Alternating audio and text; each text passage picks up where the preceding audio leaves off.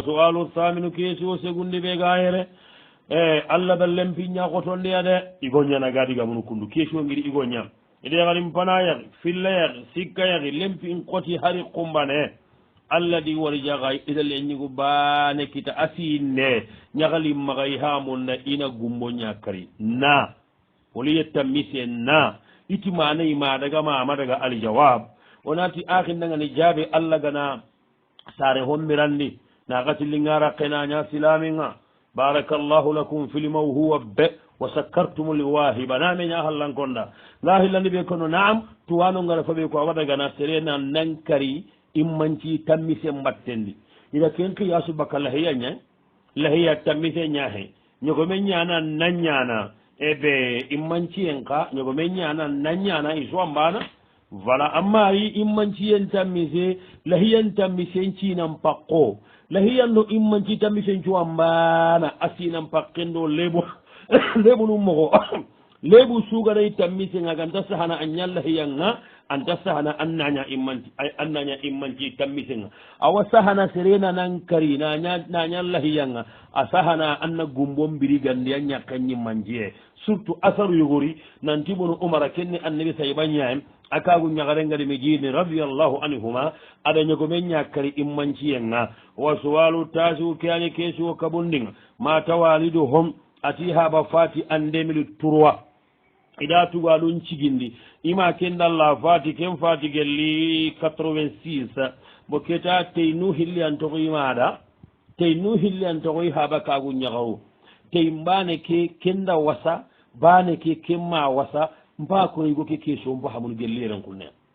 voilà ay metrongindi agana muguta me keesio lagana anna do man yangati bane keda wasa bane kema wasa je comprends pas de ma ho faamu yere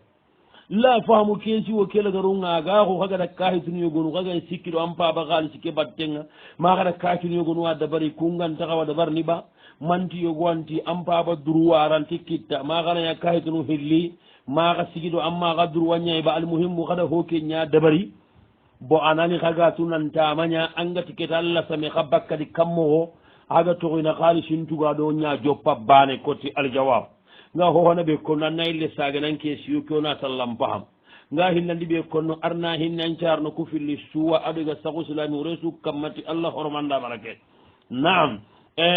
nga sikandi be ko no mushkila ki hay kayde akhi ambane hede o lenkire mu mogo ña hay keede alay harogatu nanti hommaña ona ñana hi hallani misen naari woy o suuheɗe igonu ka waɗi kunta tu igana tunu kendani ila toon kalenke make wona konini nanti furengana kara a halisunu ku on maga nambararadi on maga tappaleradi serenga karata onta kara bon kantatu kede ka kungana ñamo xoosu kangatu kada ñamo xoo ke ñayi anagama gemu anga nimisen no simmayen nan kawa ñana gollen kaneya ha keta golle ñampalle angatu kesa keta hay keta marangala sami ona ñana kammo de senun daga préfecture walla ala preti dingira adaga no ngani nanti kunda wacca ha sasa kada sigindi o trombere ogati kebe kaysildi kendalla fatiya problème masala li gadiba ina daga hallan koncu tallan tampi ni kanya den no cekkinde awa kiya haga do kahtin qibaren qoto ni hari france ambassadeur gumugo maka bamakonu dakarnu nakshotunu ho ga daraga na qoto ni ona mamma nganaro hindi ona dangi mini hakke nyaadi ana famde bo angana ti gadan nan kura kam khalisu ko in continue ritini anga tuke harame nya anga kam manga haggana keta ke masha Allah wala quwwat o de ma detail ke timman ten gonno hena ona har kata tunu o ga bakatu killebe wa su'alu al-ashir keso tammunne be gaire ati aghinu ngi ma gaidi ga saare habe igo nyandi ga mono alhamdulillah yi sura memugo ko gone go ani maga Allah watu ari tampindi abuti kay abuti yakke inan qasay ambuno sino tammi igan qasay to hobe inda figara ho ñake axiya a butiya buti yaqenga i xagana mullingana honkarang ho igatina bayi côté ina junubun kitaba aljawab wonati axinna wa keɓe kon nanda jaɓenga ibu kino alla wa trimbini nan tanke xoxone mani xa no naxate ndekro santa seheninda ndemani xa debaranga anta seheninda anta seheni ñaqenna man ni kibare begani ma wo konno jilla agama ko agama ɗum a konno ampa kuñini a silamaxuɗo axaxu haqe xagana keɓe kita anna xoxolon cuugira anna koñina añeme butunden po ɓurendi man nanga sakkan xoxonan qotte nxarowa kendine xo a njira walla xo an baaba a konaɗa saxulla wure xiɓare ɓega maxana ko xana ñama o nangay ana ña passé composé aganati intay an bamulengan laɓaneade arnoge mundi sahabay naam wa sualu lhadi asara keesuwo tammu nobanandin paayi ati iyaxiyeygonga dalla de mati sino tayma tampille sineaba imañatunanta wa sahayin xibarendi ken ko tanigaña yokkum bakkami adiga daga ware a sahayen kamma itangendanke manni key ati manda ke kiniya nantina ke toximaxa sereranta hiɓure ñaniya he iti ke hitta iti ke maña de keni filla kappeña ke hitta amaɗunga hittana ko aɗañi birenu ida wañangana sallini kakede ana salli tiya aga bara hittana ixa ida sallalle maxo ngara indaxa sallini a halle igada salle keɓe wara sasa kundu ihamundana keña kiitentu ke ngamoxoɓe aljawab onati jaɓenga o ku dallora kenko nandi igo componnoxolu jalle igo ni sinxembogade kendi yaxare ñaxallay aɗi musorundi kala igo xorengenge mi sidandi de agana ando mi sidenga laatu mi sidegantaxa karaceni kenga fahamin walla n kamanga na kaji kenga fahamin walla ko talimi an tambi kenga fay xa kenku tenge igo xoren nammaxa mi siden noxoña salli kan noxoña salli ray nga hillandi ɓe konora allah ñaga yelle allah gana o suukanda kada tawhidi ke ho sen nen po xalasinte no biranda kamma no kara kamma no wulla kamma a ko nankinana ani sahaye ke hitta ayonkinna tuman tuge allah kamma jalla wa ala hari ɓenuga to qur'ana ke baane anna saha anna jongi ama kaɓe la chaque nanta annan maga saha kiru annan maga jonganduy kiru taxe naya kisiyen nayan fa huwa afdal wa aslamu wa arah ayan pasangunta ayan tumanta ayan dahanta ankinanan kawa allah tiganayi mehina allah gada war jaga yagare ɓe gade mana tawhidin kamma yagaru kuɓenu sunonga ɓengi kamma toranga ɓengi kamma hamminga ɓengi kamma igaranga nangama gabo isunoganta koto ilampuntenga ka honnogondi kuñan kawa tengene katta ku sahayin jibaruwa igu gore nadigamada anna kiruntaxundi xangennigu mankaxu sadaga jikkenna gidinta ñay lukiyennaga buguno allah tige gore ñahay ke igo maxanne xere kitagande manandinanga wa halitanga sikkandi ɓe kono ali usemin rahimahullah adigamu sahayen kibarendi sereɓenuga sahaye adi sahayen jow sahaye a tagaldintanna tagallu sikkiya kamma ma nalamu annahu min alquran sahaye ɓo ogati nanti qur'ana baneya sahanten nayi kati men day jinnantogon day pirti partan day wa fani sahayen noni hillandi ma nalamu annahu laysa min alquran sahaye ɓo ogatu nanti qur'ana heti togotanoni allah togohe qur'ana he hadisu ndiga mum be keni sahaye hillandi sahayen noni sikkandi sahaye ɗo ogantatu mannadi ati ku holagaru hillu su haramun teñani anni jonganduwa sahaye da qur'anda kaccinanti qur'ananta keedi maga jonganduwa igoyakare sahaye ɓe angatunanti sahaye ɓe antatu ma qur'anana keedi ma qur'anantadi a haraman maganna jongi kuɗo annan maga daganduro ñagano gonni sahaye ɓe sahaye hana keede sahaye ɓe qur'ana duro ñagade walla qur'ana ɗo annabi digamu ñagade usemini keni sawde tuwanaña a yarhamuhullah allah ati sookiyen pay kiyade tuwano menaka yogonuta haramun de ñane hakke hadisu ɓenu warina sahaye lagana kaba kumpadisu logoyen cabuɗa ko agasi mani allah ka tamimatan fala atammalaw kundi kawranu o minhum man qala la ba'asa bihi tuwano ko yogonu wiji kunti basu wo basun day sahaye ɓe gane qur'ana baneyagay aɗo anda ɓe ñimmen ndigamu serenni jo gandu wannarondi ɓaasi wo ɓasundey li umumi qawlihi taala bo allah yimmegati wa nunazzilu min alqur'ani ma huwa shifaun linnas mouhammadou o hoyankandeni qur'ana kene golli sahare gaadi soronda e gonumadi keɗigame nanta wako sahaye ɓe gane qur'ana baneya gay aɗo anda ɓe ñimmen ndigamu ama harami useminati la shakka anna al ihtiyata tarkuhu ati sikka suntay hari sahaye ɓe qur'ana banegadi anna tolo anna magarandu igo yagare ati sikka suntay keñam pasangunta hananta kamanga junubu kitta usemeñita akote ñani ke maga iranta konno nanta haramun denni akote ñani maga iranta konno masha allah wala quwata illa billah kem balle keta ata kon kadi de angati o jalika sallama nara yo angara salle ke to ankina halle angati ke tan daga sallina halle anda sallalle ma ngara ken katta jongini hibani akamma gana nguran dangali ma mikke be anga sallila e kafiri nyani onata wajabanga anna maga sallah halle nan gatu ken khatu nan gatu ankina kishi nan di kafiri nyana ankina akoto nyane de on datu manna sa hayke no hondi khadi on tatu yala umma akenda tafuna ndi sahaye kay meanina hana kat i khairin di bonenju hayke sahaye amaga aganani kundu aganani haraka mangada qur'ana kiya sahana roduwa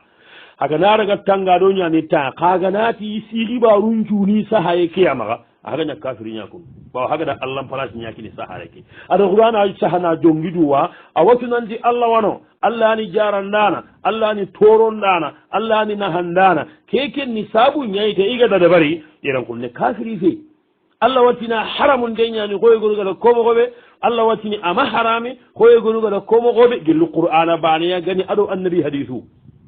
annabam bo keta ka aganani akengara tafuna ndiri barunjuna sahaye kiyama a kafira ko kendi de ado hobe gani ngati anki na kafira ullan tagura hara ganani agada tafuna ndiri barunjuna ke sahaye ma o tanna kenni kafira ko nya qabri atenda tu wanandi kafira ko nyane ba لأنه لا نكفر أحدا إلا بعد قيام الحجة عليه ولم تسير نينا كافر ما هوجا نيانا نتيغا كما خدي جل أغناني أنغدا أسلل لما هو نرى ننتفل لكبانا نياني أن يقصنا أن يقوم بغا منيتا باو أنت سهنا سلامي يغلين أن تغو كاهري يغوما كافر أخون كباريكي أنقا ونوتر تنكو روشياد نا لمبان تكان كاني يعني سيري نا سيري نيا كافر يا خوتي نيا هايكوندو أولنكي لموغا سنغا نتاي andan nyingo lanji inati kafirinya andan nguno ngara jurumentan kanungure inati kafirinya andi skuto nyangilla khana nga inati ka takfirul insani laysa hayyinan na seren kafira gundi anebe ifu aga golle kebe kamma an quranda nanti kafira gungolle nyani sage ana quranda nanti adatu nanti kafira gungolle nyani abara walla waswalu salike jo hillandi begano idana burenkini soroygonu wo bangenu yere especialement gambi kega de nga gambi o maga yere siri gambi way ci hakkati be kundu xaxo nga sasa kundu nga bi xaru koygonu hajunga na burenga ani na burenti maga angiri jonkon xibare xo jabandi jonkon xibare inan cumundi xaalisinga kudo inari tenunga igana cigankatu angada xaalisi keɓe kiniya inta xaalisi ma tugananga de ina tugananga tigam mboto maña ina tigam mboto maña tugananga axana konnoa sasa tigam mboto ñonkonni ke xaqeyay mpa xaalisi mankinnanga anga nan tigankatu an nin tuga tigam mboto ati kemoxo kundu sasama kemoxo daga ba mama daga aljawab ona tanna jaabenga antine ko kettirindinde demi dangino inan kaso kankilum mbogoɗa ogada hoho ko kenta kenga xa ke taxuroɓe kundum paayi bitengi ñaxongayera de courant ka hay kuminin kam maxa bite awi ñaxongayera kunna affaire bi des fois ñunu de parce que manni bitengi ñaxonga ndatu yala humma ina xana xaalisi ke kinni yani sumunda yiyaba ina raxa tuga tigam mbotonga ina tigam mancaga xay walla ma gagande ñani xaxa gagani ya kundu aganayi sumunden ke ñagani xagi sumundi ni tigam mboto ke jonkom xaalisi maña ina ra tuga tigam mbotonga agana ngatunantiga tigam mboto nkinna xay xaqati be a jonkon cegene a kem pakkati ha inde wayre de haga ñaxo sumundi ndeɓe angada jiidaɗella kamma ka annahu salafu jarra manfaatan gellaga nani gamaña sumundi nde igadaña xoɓe ñaye har bibitanga henni ñaxonga de xoɓe awakka hini xoɓen cartinu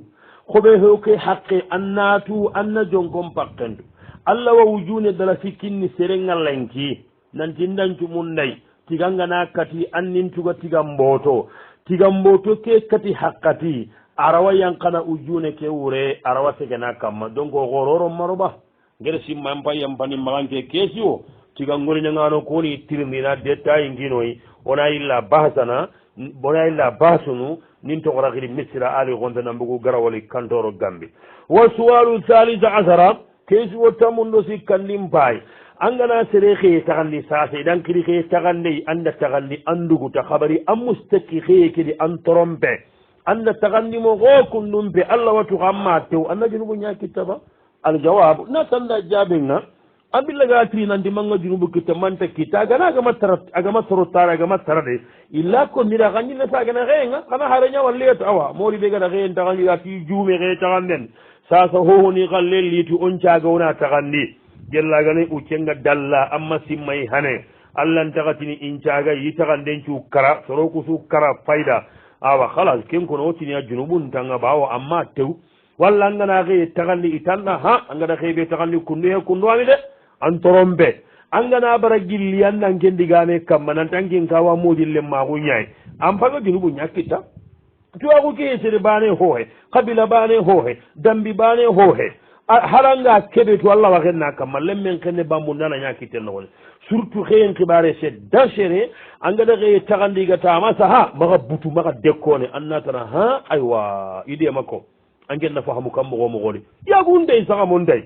angana diga mo kuttering ga na quranda kan nanti yes amustakiya annan ko lon ko reke ga kinjiga ina saga gayen wa su'alu rabi'a asara kesi wotamuni nyani ki adona gatandi idha akhbaraka tabibu bi anna maridaka qad qaruba ajaluhu fa hal min al ahsani an taqula lahum dogo torongana ko nanda nanti anjangirante kede anta baka ke wattiri nanda anjangirante ke saaten daga latu akallen daga latu ake watti anta bakkadi awada gana banna ko jangirante kede ngani ba nandi ha watti ke ko tore dogo toronga faida ijigirin kuti tan daga bakkadi aho sire anna kada ba mallahu sire annan kuru parce que kedan ke jangirante be gimaga ida ga masalan ga diga ube nu konno igana giri ina kenyana yaqilenga kedi ina kebo kundu agul lengi da kati nanti kebe gayi andatu nanda sa tentinto andatu ina kona da ba awo sinan ni kenya walla in kuruwa parce que anyangi da ngani ko igana kura nyangi da ngani ko igana jamba igana kada kadi amma kanu al jawabu onati jabe nga agi gonda wada Allah nyaga yelle Allah gana sahanya an agi keda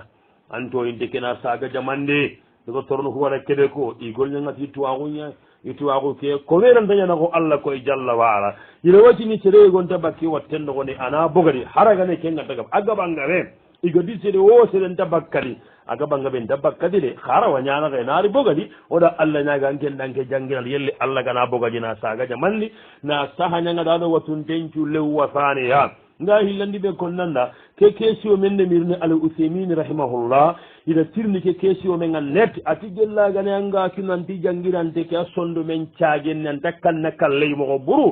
am pa kon nada ngani anda maga jamba ko ngara ko mo gobe kudo ana tubi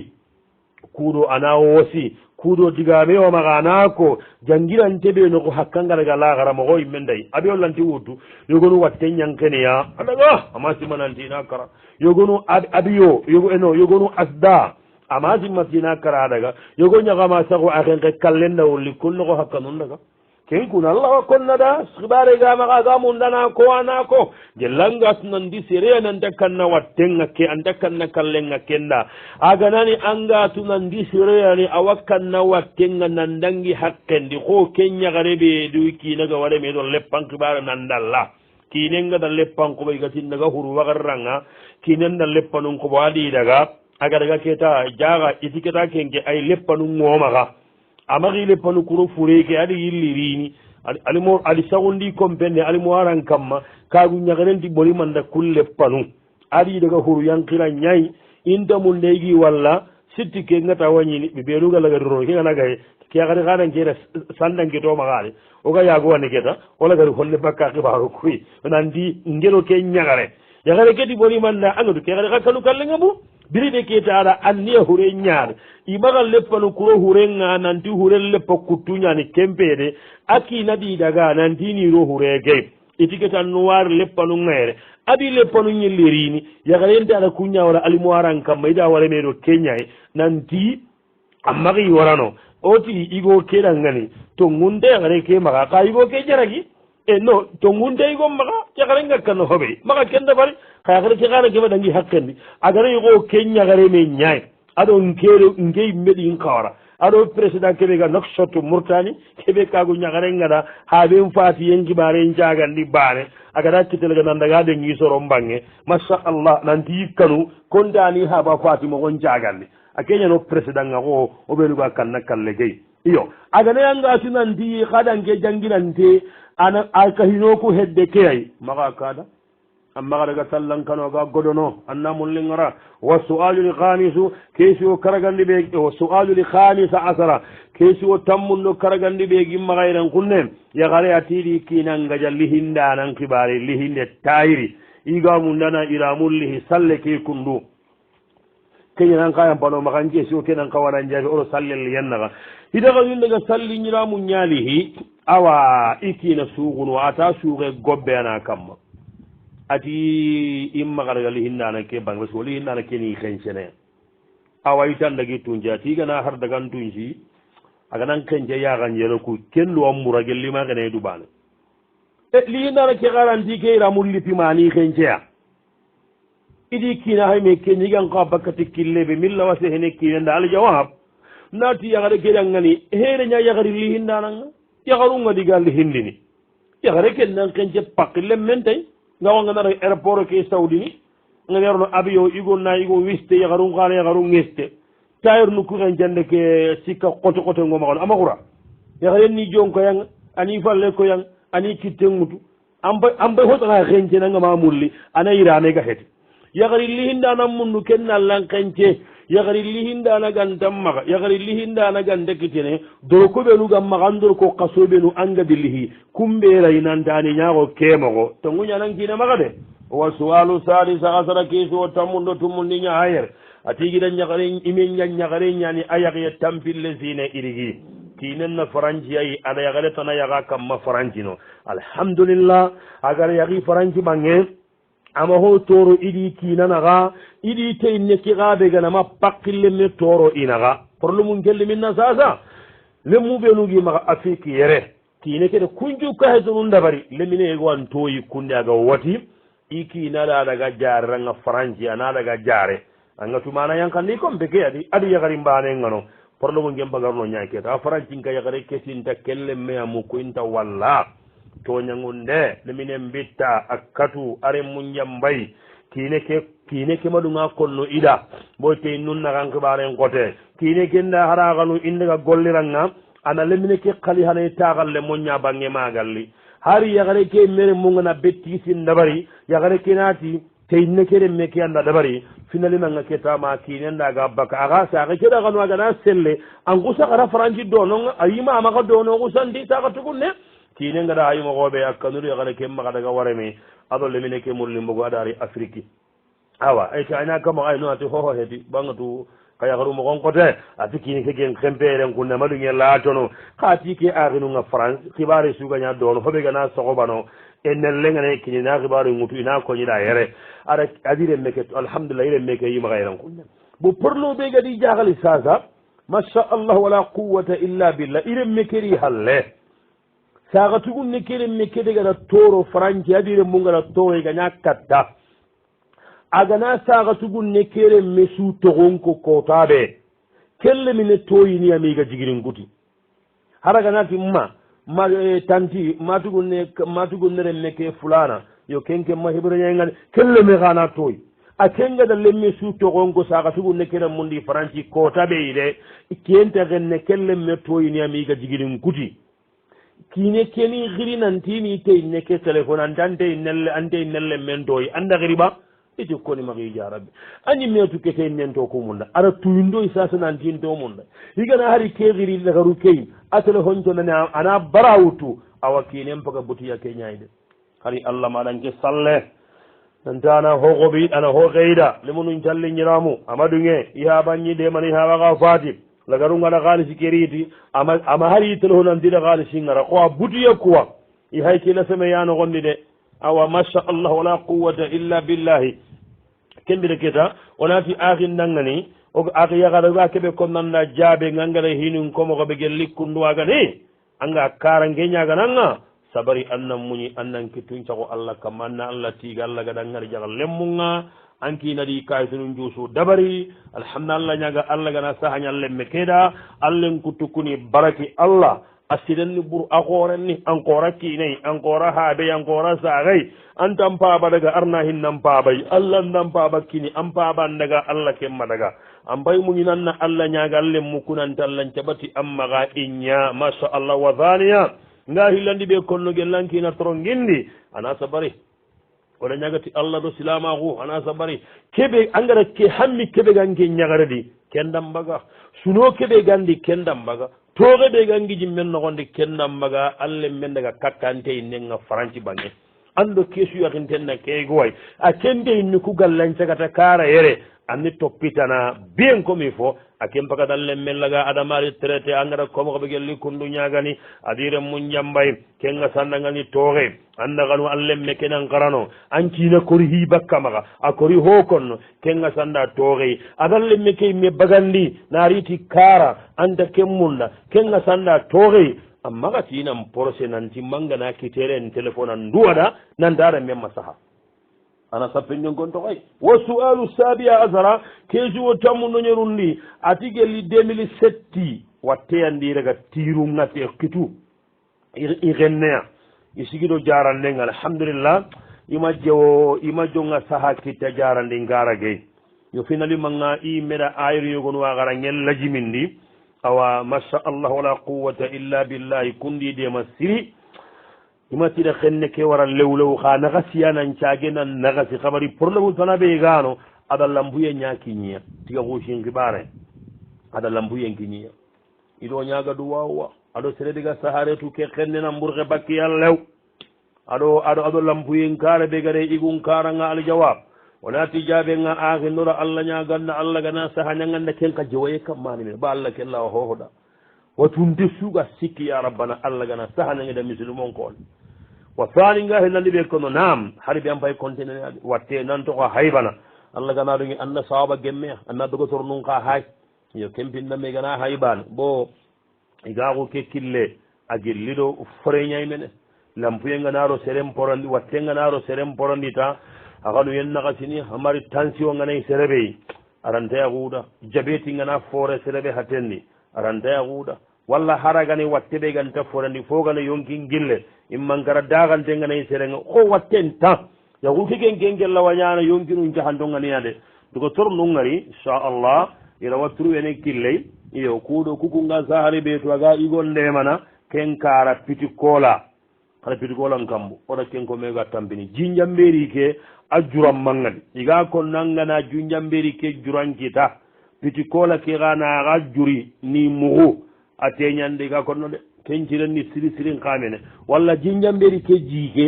mati keɓe gagana maga saganu kuji de yagarumpaga gagana saganu kuɗi sunkaso ammantan barke nga jabeti andame kuñini kenni sukuru duroa a ken cukuru maga wanangaboy no dabarni mogon ndambego waɗi yagada kutirndi woto hokaga ce igonna keñige ndagande bantara gaye hayranko nati ñambi ayige ndagande anda mugude esporo anna maga ñanayi anga taxuna mbattenga awa yigo ndemana kunkaray adona hoɓugu hamminga igoɓe hamminga ɓe ganni an xaragantaka yakari mbiɗe ɓarni o wa sualu thamina asara keesi o tammundo segundi ittujurol ñimmenu waɗi ga sere jarna igun kara ken pakkelon toko tubabunu ku ittu kuri doronku ñani ɗi sere suganda daxa kuganga ma mullanga maxey kita allahntaka hoho ñana tirindindi tammudinde segundi yagare ñani ma keesi o ke fahamo hakki awuyen caɓol aga wunaga sonkono ngemme yaga jille min cinke do ke yakanne batte ana ko yakanne awo ijiɗan a tiixoxona yakanne ñani de ma kena francia ba mana downtown oba an kawaga downtown wade hixoxone ñaxumbogu ida yaxumbagandi taxananga a hay yaxu xillandi ñaay ile ñaxareegowa yaxu i haɓanu kule ñaxareegowa yaxunna mbogu igatini xaalisinun caagiya maati hagala hina ke yaxare yaxumbagandi xo igana nkona digame ke famunta dal awuye a sonko wata téléphone ke noxon adagami xaram bantana miɗo moolin numéro nkitta ini xoxone ke ina numéro nkini xoxonenga ana téléphone ara i xoxone ndemana bantan numéro nkine ano contexte yo machallah nan xoxomen name faamu an pabagani man negagani o ɗinami faamoga bakkati killeɓe wona hayi mowa gemme sahabay malla wa ñakanjin cu yelli allah gana ñakanjin cuura hammi keɓe ɗo hammi keɓe gandi yelli allah ga naragana jara naraga yana bogan kamma jawo yakkitte kamma wa suwalu tasia asara keesi o tammundo kabondi fakati giñimma talibol leri tugu kesi wo tammundoro kabundiña hayere i haɓan faati aɗa kaatoxo ida kaate gaaga milio kame tankarage wujune irenñigu karagiyane aɗo le ñagaru karagi imanuni soro sikki aljawabu jaɓenga ko ke taxandini kammoxo aljawabu jaɓenga yelli allah gana hinnexa haɓayi ti allah hinne yurwante aɗo silami hurencule wasaniya nga hillandi de konno keni sumunu ñanita bo yakaruña hayerankunne idiren mu aga haɓaga kara da xamanu toxona lemmun toxo naɓuren cakka seguwa saxandi segundi ke ana taxandi xamanunaxa naɓuren kutte xa kundaxa gida ñaxaru igo suna yaxaru helli taqewutu axa milio keɗo kamen ɗo tankarage ŋujune axa manu soro sikki haqqe tan naxate ujunu sikki kamoñeri tankarage gode igana taxandi yaxare sunan xawa ujunu tammido naxato kamo karagi tancegeɗo goɗo sikki aɗo tanjikkeɗo santimunu sikki